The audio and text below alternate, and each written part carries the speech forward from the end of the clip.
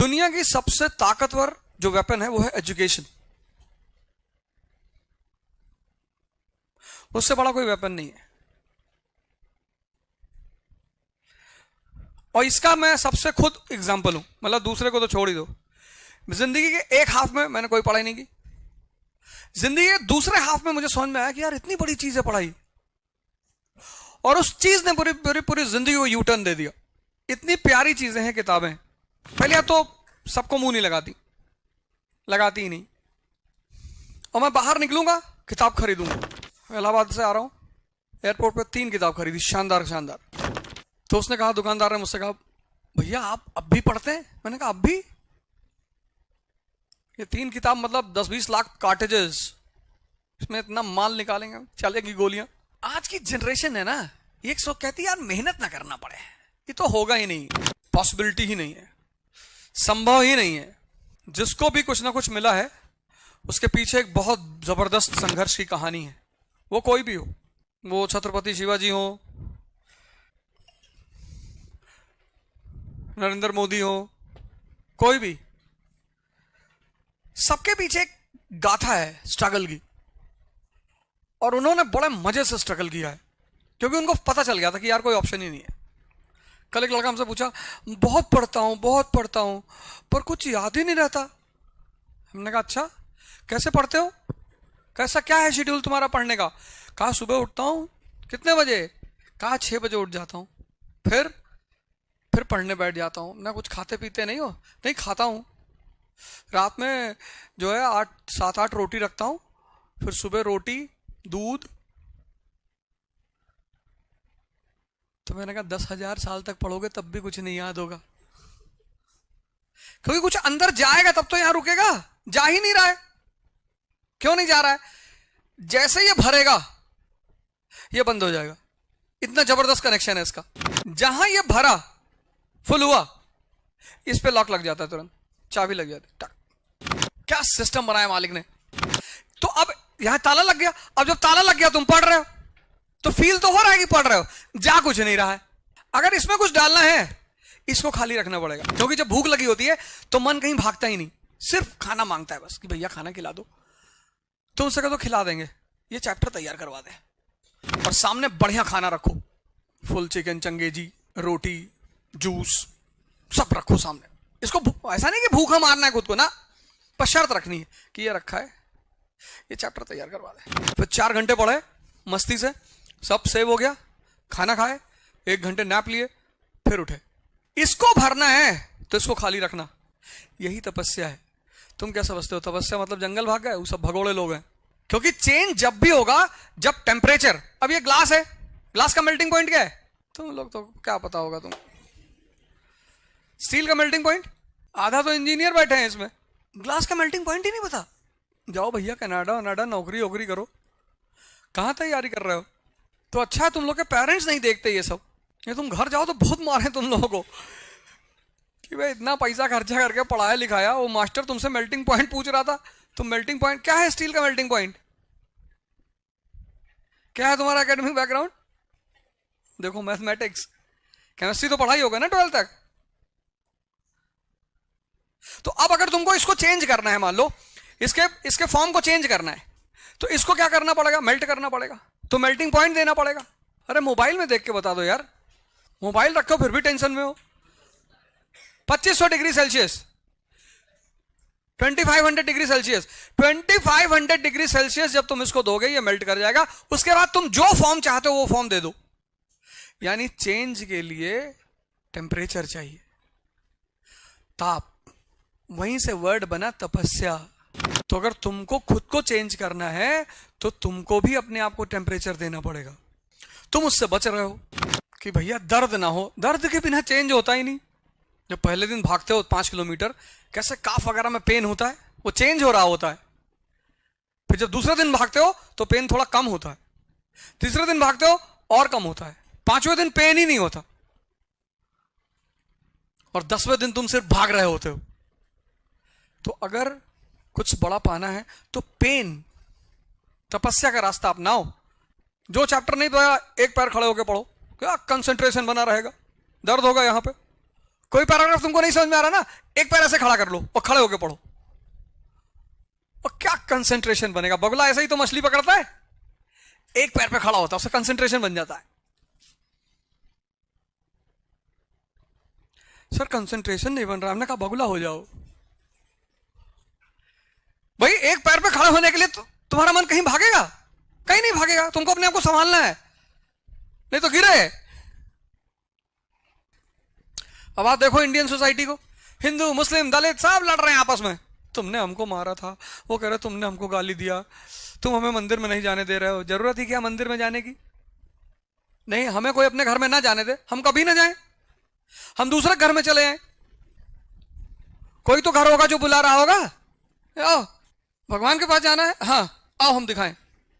उससे घर में जाके देख लो, कसम खाए हो कि इसी में जाके यही भगवान जो बैठे हैं इन्हीं देखेंगे, दूसरे वाले का भी देख लो, क्योंकि मिला तो किसी को कुछ नहीं भाई। एक दरवाजा बंद होता तो कई लोग खोले होते हैं ना कि आओ आओ ये हमारा वाला। तो मॉल है, हमको मंदिर में नहीं जाने दिया,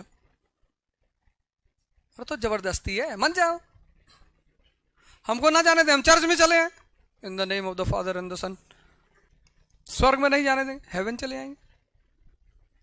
चर्च वाले मना कर देंगे, मस्जिद चले आएंगे, अस्सलाम वालेकुम अस्सलाम रहमतुल्लाह।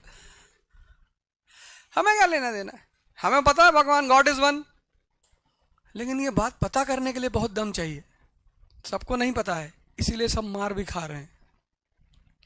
मेरा सबसे बड़ा पैमाना यही है, जिसको धरती पर यह पता चल गया कि भगवान एक है, वो गरीब हो ही नहीं सकता, उसका बेसिक फंडामेंटल क्लियर है। जिनको नहीं पता है सब मार खा रहे हैं। Society is the spine of nation, society, family. घर में 4 लोग हैं, चारों एक दूसरे के दुश्मन हैं, बाहर वाला कब्जा कर लेगा कि नहीं कर लेगा? इंडिया को फिर से मोनार्की हो जाना चाहिए। India is not suitable for democracy, a country democracy. यहां लोगों को कुछ पता ही नहीं। जहां लोगों को यह मना करना पड़ता है कि भैया रेलवे स्टेशन पे मत थूको, तुम्हारी प्रॉपर्टी है, वहां डेमोक्रेसी कैसे सफल हो सकती है? फॉर्च्यूनर में बैठे केला खा रहे हैं, केला खा लिया, सारे छिलके उठा सड़क पे फेंक दिए। अरे 2 मिनट गाड़ी में ही रख लो, अपने घर के डस्टबिन में फेंक देना। सड़क डस्टबिन है, शीशा नीचे किया, सड़क पे फेंक दिया। डेमोक्रेसी सिर्फ नेताओं से चलती है, पब्लिक से। We the people of India solemnly resolve. फिर सबसे बड़ी फोर्स किसी कंट्री के लिए, मतलब अगर ये खत्म हो जाए तो समझ लो कंट्री खत्म। क्या? एजुकेशन। पाकिस्तान को देखो, कोई इंडिया से पाकिस्तान पीएचडी करने जाना चाहता है? अफगानिस्तान? कहां जा रहे हैं यहां के लड़के मेडिकल करने? चाइना। पहले रशिया जा रहे थे, अब चाइना जा रहे हैं। यानी उनकी एजुकेशन हमसे अच्छी हुई कि नहीं हुई? अगर हमारा बच्चा चाइना से एमबीबीएस करने जा रहा है तो हमारा ही तो पैसा बाहर जा रहा है। हम अपनी कंट्री में नहीं पढ़ा सकते कायदे से? पढ़ा तो सकते ही है ना। हिंदुस्तान का आदमी सबसे ज्यादा माला फेरता है। माला फेरत जगमुआ गया ना मन का फेर। तो उन्होंने भी क्या किया, चाइनीज ने इलेक्ट्रॉनिक माला बना दी। Demand is equal to supply. जानते हैं कि भारत का आदमी सबसे ज्यादा माला फेरता है, उसमें से एक अवध ओझा भी है। इलेक्ट्रॉनिक माला बना दी। इलेक्ट्रॉनिक माला फेर रहा है इंडिया का आदमी, बना रही चाइना। माला तो बना लो, उसमें कौन सी टेक्नोलॉजी चाहिए? वो जो कार के शीशे वॉश करने के लिए जैसे पिचकारी बनती थी ना, ऐसे उन्होंने छोटे छोटे बॉटल्स की विंडो वॉश बनाया है, ग्लास वॉश करने के लिए। चाइनीज। ये हमारे रेड लाइट्स पे बच्चे बेच रहे हैं उसे 200 रुपए में, है वो 20 रुपए का, बेच रहे हैं 200 में। बार्गेन करते करते 70-80 तक बेच ही ले जाते हैं वो। चाइनीज। एजुकेशन। तभी तो अंबेडकर को सबसे बड़ी बात जो पता चली वो थी एजुकेशन, कि किसी को अपना जिंदगी अगर बनाना है बस एक चीज पकड़ लो, एजुकेशन। और इस कंट्री की एजुकेशन देखो, सोचो तुम ग्रेजुएट लोग, इतनी बड़ी घटना इजराइल, तुमको पता ही नहीं, और तुम आईएएस की तैयारी करने आए हो। जब तुमको नहीं पता तो वो आम आदमी, उसको क्या दोष देना? जब तुम्हें नहीं पता, तुम्हें the well educated section of this country 1 महीने से न्यूज़पेपर में आ रहा है, सारा होमवर्क तुम्हें करना है, सारा। जो होमवर्क नहीं करेगा वो आईएएस नहीं बनेगा। कोई भी आदमी पर कब्जा तब होगा जब वो क्या होगा? कमजोर होगा। इसीलिए तो वुमेन एम्पावरमेंट करने के लिए सबसे इंपॉर्टेंट चीज क्या है? एजुकेशन। सिर्फ कानून बनाने से कि डोमेस्टिक वायलेंस नहीं होगा, उससे कुछ नहीं होने वाला। डोमेस्टिक वायलेंस से जिस लड़की को अगर ये पता है कि भैया मैं बाहर जाकर 10,000 रुपए नहीं कमा सकती, उसको घर वाले मारेंगे, वो बर्दाश्त करेगी? वो एफआईआर कराने थोड़ी जाएगी। लेकिन जो लेडी जॉब में है गवर्नमेंट, उसको पता है कि ठीक है मैं तो सेल्फ इंडिपेंडेंट रह सकती हूं, वो बाहर बताने आएगी। तो वुमेन एम्पावरमेंट में सिर्फ एजुकेशन ही नहीं, एम्प्लॉयमेंट का भी रोल होगा। और एम्प्लॉयमेंट कहां से आएगी? एजुकेशन से आएगी। तो कोई भी व्यक्ति गुलाम तब बनेगा जब वो वीक होगा। अगर इस संसार में दुख नहीं होता तो कोई भगवान को कभी याद ही नहीं करता। जिसने भी इस दुनिया में भगवान को ढूंढा वो दुख की वजह से ढूंढा। कोई बच्चा नहीं कहता मुझे शंकर जी से मिलना है, कहता मुझे वाटर पार्क ले चलो। कोई बच्चा नहीं कहता। उसके जीवन में दुख ही नहीं है। उससे सोसाइटी में उसकी दोस्त है, वो नहीं बात कर रही है, वो दूसरी वाली से कर लेगा, बच्चा ही तो है। लेकिन जो 25 साल का लड़का है, उसकी दोस्त अगर नहीं बात करेगी वो दुखी हो जाएगा। 80 साल वाले से तो कोई बात ही नहीं कर रहा है। तुम बच्चों को देखो, जब स्कूल वैन से वापस आते हैं बस में, उनके दोस्त बदलते रहते हैं हर हफ्ते। किसके साथ बैठे थे? मैं जूली के साथ बैठा था। अच्छा, कविता, मेरी उससे लड़ाई हो गई। पर वो दुखी नहीं है। बच्चों को दुखी नहीं है, इसलिए वो कभी भगवान की तलाश में नहीं आते। जवान तुम लोग, इज्जत नहीं मिल रही, आइडेंटिटी नहीं मिल रही, कोई प्यार से देख नहीं रहा है, कोई कह नहीं रहा भैया तुम्हारे साथ सेल्फी लेनी है, खुद ही मुंह बना के पेड़ के पीछे खड़े हो।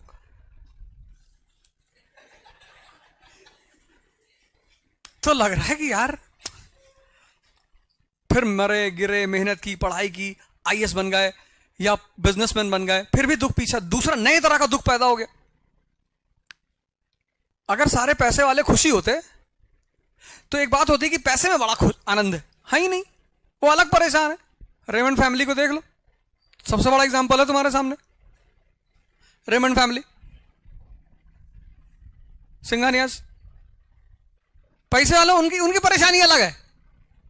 उनके पास खाने को है, रोटी है, कपड़ा है, मकान है, और सब सरप्लस में है। 5,000 पेयर ऑफ शूज, 5,000। मतलब आज जो शूज पहना वो 5 साल बाद पहनेंगे, तुमको पता ही नहीं चल पाएगा नया है कि पुराना है, क्योंकि 5,000 है। और रिक्शा वाले ने क्या कर रखा है? अपने शूज को लगातार 6 महीने से सिलवा रहा है वो। तो जिनके पास 5,000 पेयर ऑफ शूज है, मेरी बीवी मेरी बात ही नहीं सुनती। क्यों सुनती नहीं? तो वो तो किसी की नहीं सुनती, लेकिन वो मजदूर की बीवी सुनती है उसकी बात। पता नहीं क्या मालिक का कैलकुलेशन है, क्या उसका सेटिंग है। वो मजदूर की बीवी उसके अपने पति की बात सुन रही, कह रहा कि रात में मत जाइयो बाहर 10 बजे के बाद, कस का खींच का बीड़ी।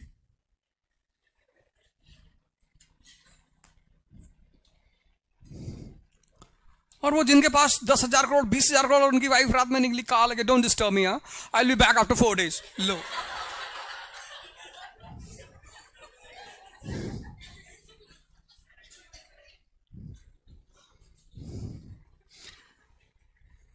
गजब खेल है यार। किसी के पास 400 ग्राम शुगर लेने का पैसा नहीं है, किसी की शुगर 400 है कि भैया खाना खा लिया, राइस खा लिया, 400 शुगर पहुंच गई।